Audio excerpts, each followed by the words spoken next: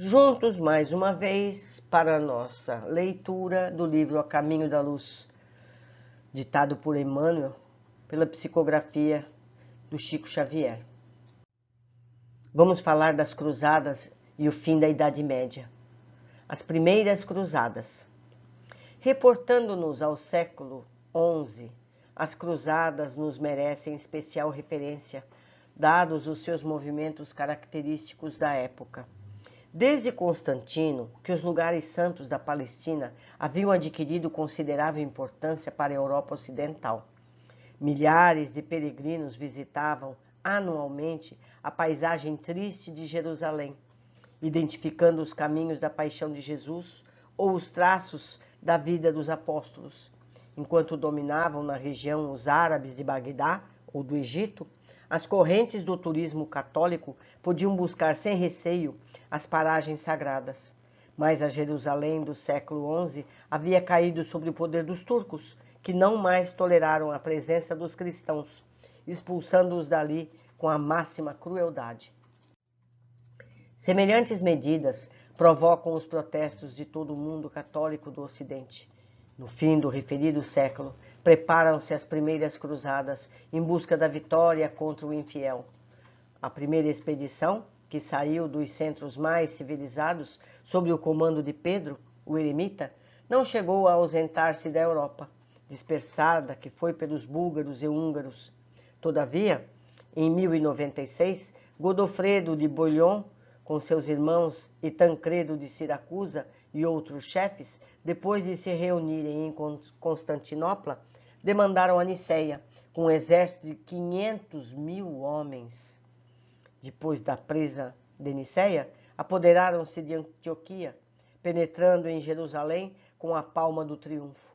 Ali quiseram presentear Godofredo de Bouillon com a coroa de rei, mas o duque da Baixa Lorena parecia rever o vulto luminoso do Senhor do mundo, cuja fronte fora aureolada com a coroa de espinhos, e considerou o sacrilégio o colocarem-lhe nas mãos um cetro de ouro, quando Cristo tivera tão somente nas mãos augustas e compassivas uma cana ignominiosa.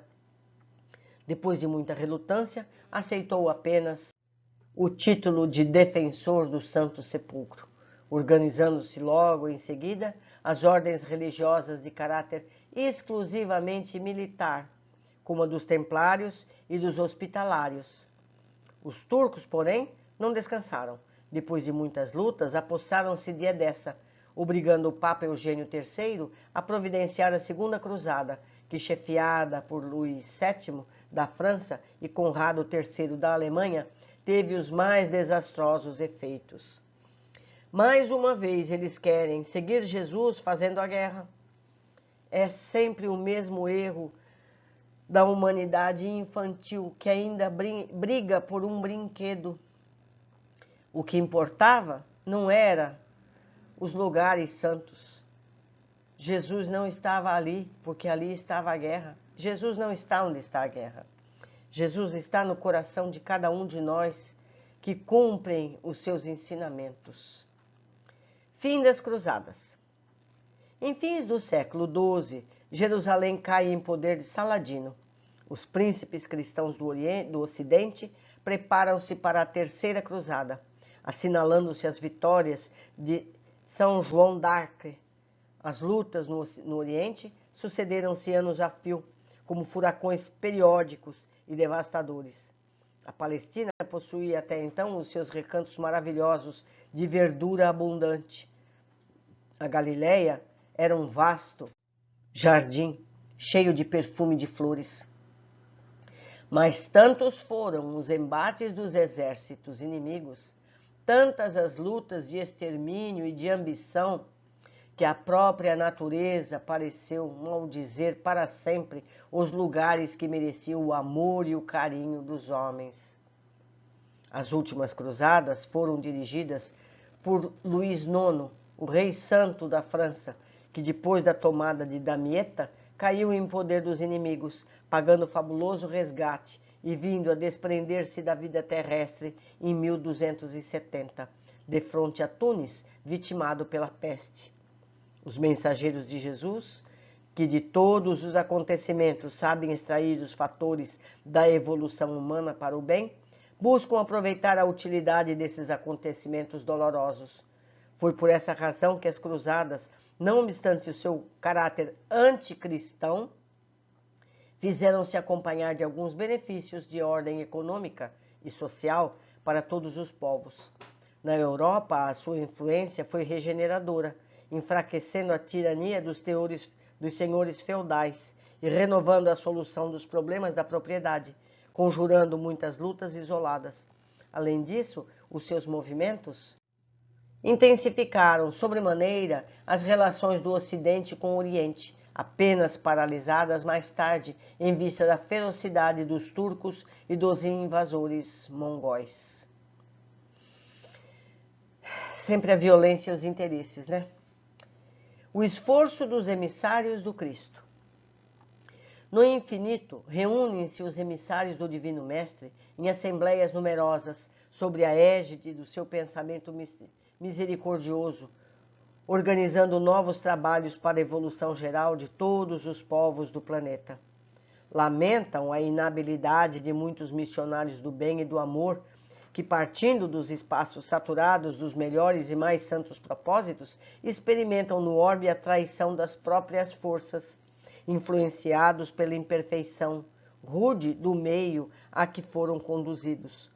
Muitos deles se deixavam deslumbrar pelas riquezas efêmeras, mergulhando no oceano das vaidades dominadoras, estacionando nos caminhos evolutivos, e outros, como Luís IX da França, excediam-se no poder e na autoridade, cometendo atos de quase selvageria, cumprindo seus sagrados deveres espirituais com poucos benefícios e amplos prejuízos gerais para as criaturas.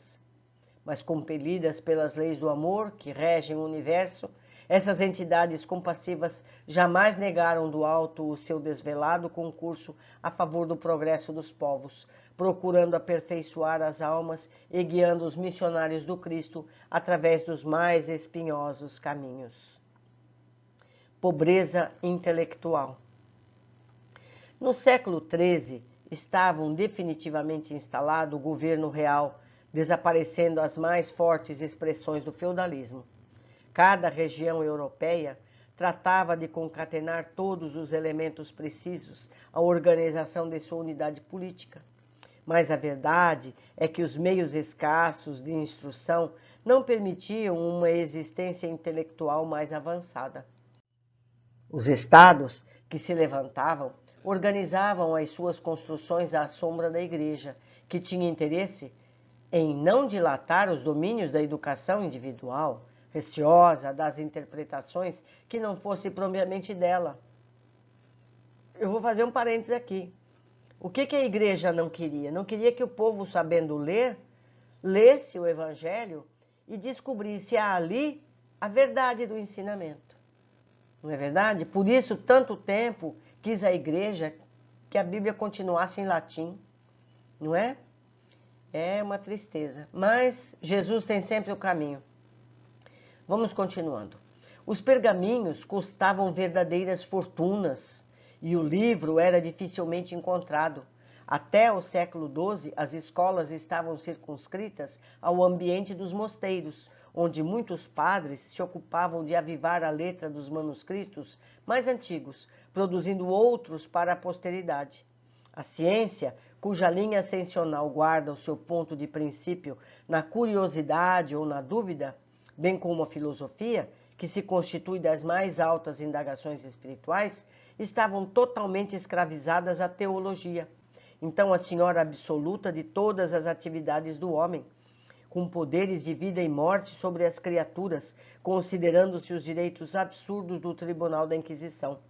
Depois do século XIII, quando, sob a inspiração do alto, já se haviam fundado universidades importantes, como as de Paris e de Bolonha, que serviram de modelo às de Oxford, Coimbra e Salamanca. Renascimento. A esse tempo, opera-se um verdadeiro renascimento na vida intelectual dos povos mais evolvidos do mundo europeu. A universidade se constituía de 4 faculdades: teologia, medicina, direito e artes, reunindo milhares de inteligências ávidas de ensino, que seriam os grandes elementos de preparação do porvir. Rogério Bacon, franciscano inglês, notável por seus estudos e iniciativas, é um dos pontos culminantes dessa renascença espiritual. A Igreja, contudo, proibindo o exame e a livre opinião, prejudicou esse surto evolutivo, máxime no capítulo da medicina, que, desprezando a observação atenta de todos os fatos, se entregou à magia, com sérios prejuízos para a coletividade, favorecida pela necessidade dos panoramas imponentes do culto externo da religião e pela fortuna particular. A arquitetura foi a mais cultivada de todas as artes, em vista das grandes e numerosas construções então em voga. Com a influência indireta dos guias espirituais dos vários agrupamentos de povos, consolidaram-se as expressões linguísticas de cada país, formando-se as grandes tradições literárias de cada região. Transmigração de povos. É então que inúmeros mensageiros de Jesus, sob a sua orientação, iniciam um largo trabalho de associação dos espíritos de acordo com as tendências e afinidades, a fim de formarem as nações do futuro, com a sua personalidade coletiva. A cada uma dessas nacionalidades seria cometida determinada missão no concerto dos povos futuros. Segundo as determinações sábias do Cristo, erguendo-se as bases de um mundo novo, depois de tantos e tão continuados desastres da fraqueza humana, constroem-se os alicerces dos grandes países, como a Inglaterra, que em 1258 organiza os Estatutos de Oxford, limitando os poderes de Henrique III. Em 1265, erige a Câmara dos Comuns, onde a burguesia e as classes menos favorecidas têm a palavra com a Câmara dos Lordes. A Itália prepara-se para sua missão de latinidade. A Alemanha se organiza. A Península Ibérica é imensa oficina de trabalho e a França ensaia os passos definitivos para a sabedoria e para a beleza. A atuação do mundo espiritual proporciona à história humana a perfeita caracterização da alma coletiva dos povos. Como os indivíduos, as coletividades também voltam ao mundo pelo caminho da reencarnação. É assim que vamos encontrar antigos fenícios na Espanha e em Portugal, entregando-se de novo às suas predileções pelo mar. Na antiga Lutércia, que se transformou na famosa Paris do Ocidente, vamos achar a alma ateniense nas suas elevadas indagações filosóficas e científicas, abrindo os caminhos claros ao direito dos homens e dos povos. Andemos mais um pouco e acharemos na Prússia o espírito belicoso de Esparta, cuja educação defeituosa e transviada construiu um espírito detestável do pan-germanismo na Alemanha da atualidade. Atualidade 1938, vale sempre lembrar. Atravessemos a Mancha e deparar-nos-emos na Grã-Bretanha, a edilidade romana, com a sua educação, a sua prudência, retomando de novo as rédeas perdidas do Império Romano para beneficiar as almas que aguardam por tantos séculos na sua proteção e no seu auxílio. Então nós entendemos aqui que aqueles espíritos do passado, daquelas regiões, com aquelas afinidades, voltam a reencarnar em outras regiões para levar para ali aquelas qualidades e ou defeitos para um novo desenvolvimento. É como se fosse a reencarnação de um grupo em outro lugar. Muito interessante. Fim da Idade Medieval. Do plano invisível e em todos os tempos, os espíritos abnegados acompanharam a humanidade em seus dias de martírio e glorificação, lutando sempre pela paz e pelo bem de todas as criaturas. Referindo-nos de escantilhão à nobre figura de Joana d'Arc, que cumpriu elevada missão adstrita aos princípios de justiça e fraternidade na terra, e às guerras dolorosas que assinalaram o fim da Idade Medieval. Registramos aqui que com as conquistas tenebrosas de Gengis Khan e de Tamerlão, e com a queda de Constantinopla em 1453, que ficou para sempre em poder dos turcos, verificava-se o término da época medieval. Uma nova era despontava para a humanidade terrestre com a assistência contínua do Cristo, cujos olhos misericordiosos acompanham a evolução dos homens lá dos arcanos do infinito. Meus amigos, estamos chegando nos nossos dias. A partir de 1500, a humanidade tem um impulso vigoroso com as navegações. Mas chegamos lá. Aguardo todos vocês com muito carinho no próximo capítulo.